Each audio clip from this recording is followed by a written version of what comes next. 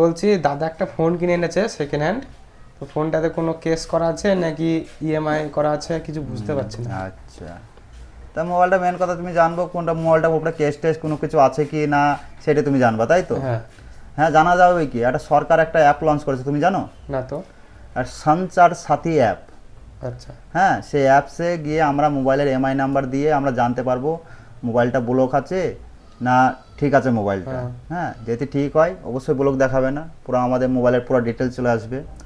আর যাতে চুরির হয় কি কোনো কিছুর হয় যদি কেস করা থাকে সেই কারণে সেইটিতে ব্লক দেখাবে রেড কালারে। তাহলে ওইটি চেক করতে হলে আগে আইএমআই নাম্বারটা তোমাকে জানতে হবে মোবাইলের। হ্যাঁ, আইএমআই নাম্বারটা বের করে তারপরে ওই অ্যাপসে যেতে হবে। আচ্ছা। হ্যাঁ, কিন্তু জানো আইএমআই নাম্বার? না, আইএমআই নাম্বার তো আমি জানি না। জানো না? তাহলে চলো আমরা আইএমআই নাম্বার বের করে আমরা জানবো কীভাবে চুরির মোবাইল কীভাবে চেক করতে হয় সংসার সাথে অ্যাপে, ঠিক আছে? তাহলে এবার আমরা এই মোবাইলটা থেকে আইএমআই জানবো, আর এইটিতে বা লগ ইন করে এটিতে জানবো সংসার সাথে অ্যাপে মোবাইলটা কী আছে আমরা দেখে নিই। আইএমআই নাম্বারটা *#06#, এই মোবাইলটা আইএমআই নাম্বার চলে এসেছে, দেখেছো? হ্যাঁ। দেখেছো তো? হ্যাঁ হ্যাঁ। এবার আমরা একটা প্লে স্টোরে গিয়ে তোমাদের একটা অ্যাপ ডাউনলোড করতে হবে। প্লে স্টোরে যাওয়ার পর সংসার সাথী অ্যাপ, দেখেছো? এই অ্যাপটা ডাউনলোড করতে হবে। হ্যাঁ, ডাউনলোড করে এবার এটি আমার ডাউনলোড করা আছে বলে সোজা চলে আসলো, কিন্তু তোমাকে লগ ইন করতে হবে, মোবাইল নাম্বার দিয়ে লগ ইন করতে হবে, লগ ইনটা করে নিও। আর এ দেখো ফোনের যে সিম্বলটা দেওয়া আছে, আইকনটা লাগানো আছে, ঠিক আছে? এটিতে ক্লিক করতে হবে। এবার এখানে দেখো লেখা আছে আইএমআই নাম্বার, এটা লেখা আছে, দেখেছো?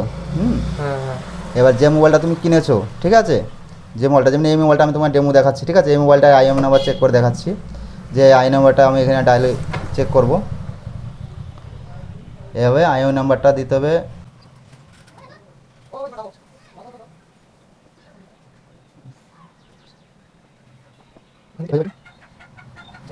এই আইএমআই নাম্বারটা দেওয়া হলো অ্যাপটায়, ঠিক আছে?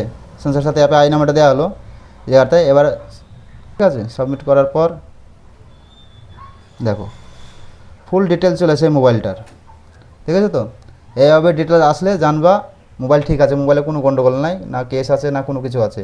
আর যেতে ও বাই চান্স এখানে যদি কোনো ব্লক দেখায়, হ্যাঁ, তাহলে জানবা মোবাইলটা কোনো কেস টেস আছে কি, মোবাইলটা কোনো কিস্তি জমা করেনি হয়তো, হ্যাঁ, ব্লক করা আছে সরল একটা দেখারই। যেমন আমরা দেখলাম, কিন্তু একটা মোবাইলে দুটো আইএমআই নাম্বার হয়, দুটোকে চেক করতে হবে, একটা চেক করলে হবে না, দুটোকে চেক করতে হবে, এইভাবে চেক করতে হবে দুটোকে।